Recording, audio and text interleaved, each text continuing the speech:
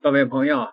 无数的例子证明，得罪谁也别得罪中国的正直的广大的人民群众和网友。韩红这一次逃不过去了。中国的网友是认真的，眼睛呢像那个复眼一样的雪亮。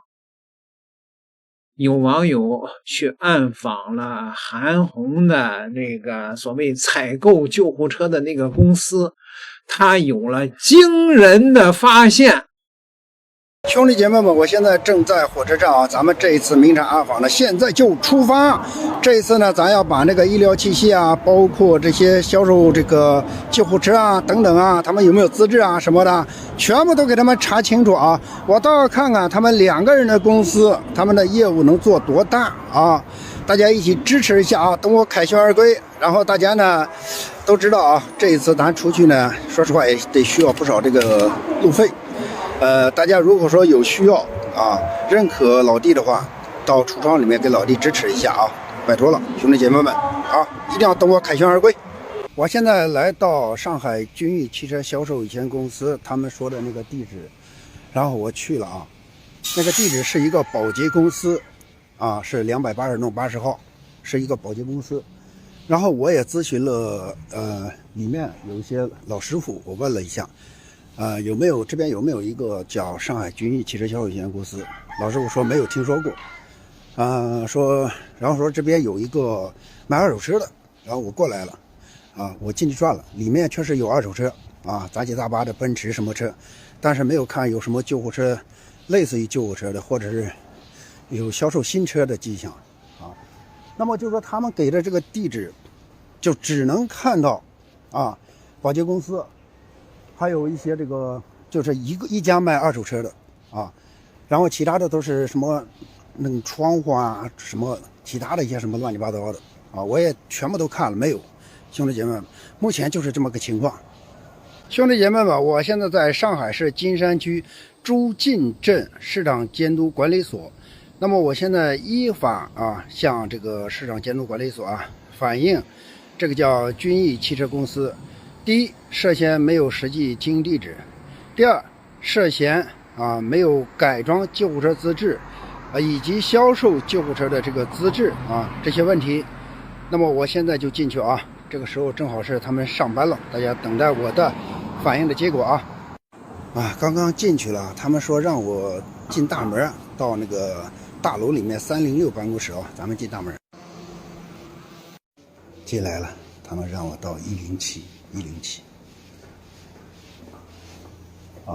就在这里呢，在这边等一等。兄弟姐妹们，我刚刚从这个市监所出来然后他们有4名工作人员接待我然后非常非常重视。其实呢，也有很多的一些热心的网友也反映过了。我这一次主要反映呢，就是他们这个没有实际办公地点然后还有一个就是他们没有资质改装这个救护车以及销售救护车。临走了呢，然后他们呢说一定会好好落实跟我讲是15个工作日会决定立案或者不立案。然后最后他们这边有一个女的工作人员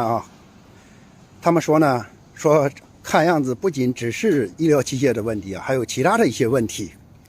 最后他就是自己说了一下这句话，兄弟姐妹们就是这么一回事。大家呢加油把这顶起来，咱们这一次所有的老百姓的正义的力量一定要顶起来。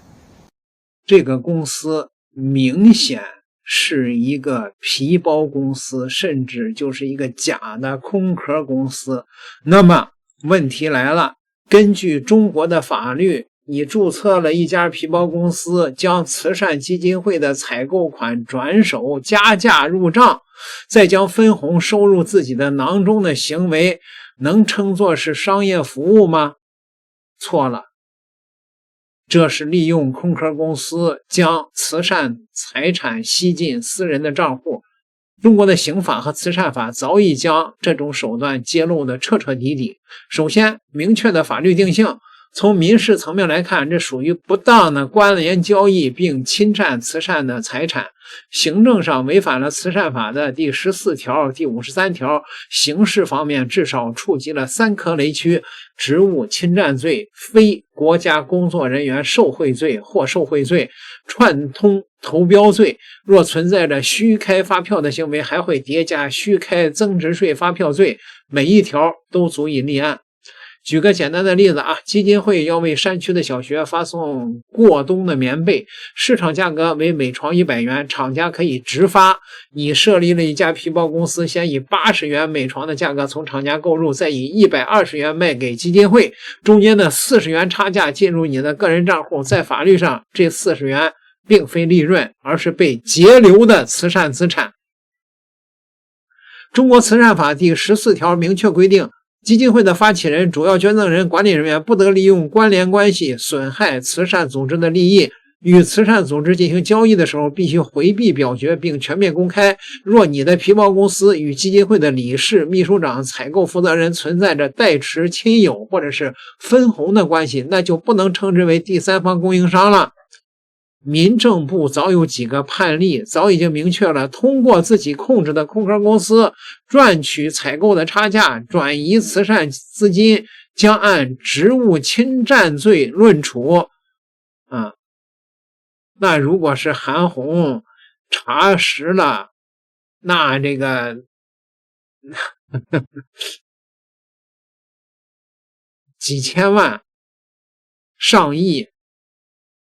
最次也是一个无期徒刑啊，朋友们。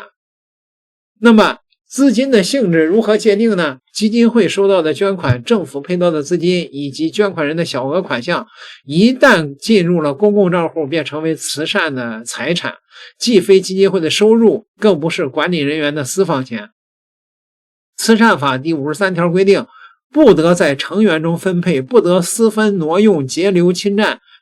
你让皮包公司采购所赚取的差价，本质上是截留了本应用于受益人的慈善财产。按照最高法纪委系统案例的标准，国有背景的基金会实施此类行为构成贪污的普通公募基金会，则构成职务侵占罪，刑法的第271条，或者是挪用资金罪272条。是否归还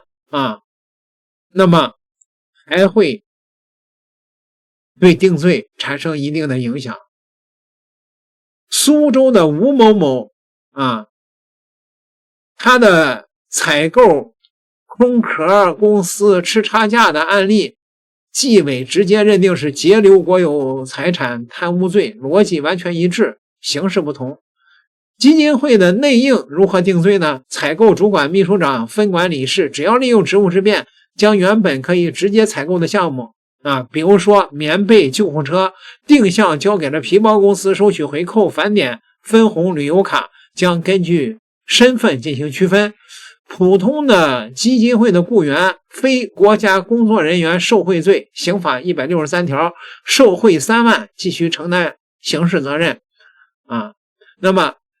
青浦的法院上海曾判决收受114万，判处了3年。具有国资委委派参与管理背景，有这个国家公职人员的背景呢，就要受贿罪论处，第385条，处罚更重。投标人这个皮包公司向内应送钱，是对非国家工作人员行贿罪，第164条，或者是行贿罪。整个过程进行刑事招标，没有其他的真实投标，报价串通投标罪，第223条刑法。最高院这个曾经2025年明确，民企基金会内部采购串标同样构成犯罪。皮包公司自身触犯了哪些法律呢？虚增交易环节，无实际的仓储物流，仅进行过账，为了凑成本开具进项发票，虚开增值税专用发票罪，刑法第205条。此罪不存在数额较小的情况，税额达到数万即可定罪，最高可判处无期徒刑。单纯的过账分利润，尚未开票造假，至少会被认为是隐瞒犯罪所得或者是共同职务侵占的从犯。看看可能面临的后果吧。行政方面，民政部门会先展开调查，责令退还差价，予以警告，责令停止活动，吊销登记证书，对直接责任人处以2万到20万的罚款，终身禁止进入慈善行业。慈善法的第112条有明确的规定。刑事方面，职务侵占数额较大6万起，处3年以下有期徒刑；数额巨大100万起，处3到10年有期徒刑；数额特别巨大，处10年以上有期徒刑或者是无期徒刑。非国家工作人员受贿罪量刑相同，贪污罪更为严重，300万以上可判处无期徒刑、死刑、死缓。串通投标，处3年以下有期徒刑并处罚金；虚开增值税发票，即使未抵扣，也按票面金额累计，虚开数百万将面临10年以上有期徒刑。民事方面，捐款人依据慈善法42条有权查账、投诉、起诉，要求返还。受益人可以提起公益诉讼追究责任。不要认为合同齐全、发票正规、审计盖章就等于说是合法。民政局若深入调查，会调取皮包公司的银行流水、股东分红情况、基金会内部聊天记录、招标评审原稿等等。注册皮包公司帮基金会采购捞钱，并非商业创新，而是将捐款人的善意当作敛财工具。若真实施了此类行为，不要等到上了热搜，届时面对的将是看守所的铁门，而非山区小学的操场啊！中国网友的暗访这个韩红的基金会，躲不开的问题是，你采购救护车是签了3个合同吗？第一，从这个皮包公司买裸车好，你就说不要资质，裸车涨价咱先不提第二，是不是与其他厂家签署了医疗采购合同？有吗？医疗器械的合同有吗？这可是要资质的，这个皮包公司有吗？第三，是否与其他厂家签了汽车改装合同吗？有吗？这是也要资质的你可以说采购后捐出去的是裸车，那问题来了，裸车为什么涨价那么多买入直接在原厂采购不行吗？非要倒手涨价那么多采购，不就是一个裸车吗？何况去受捐的地方看一看就知道是不是裸车了，而且一辆裸车能叫救护车吗？那就是个面包车。几千万上亿的这种救护车的采购合同，你说韩大善人会被判多少年啊？各位，点个订阅，下期再聊。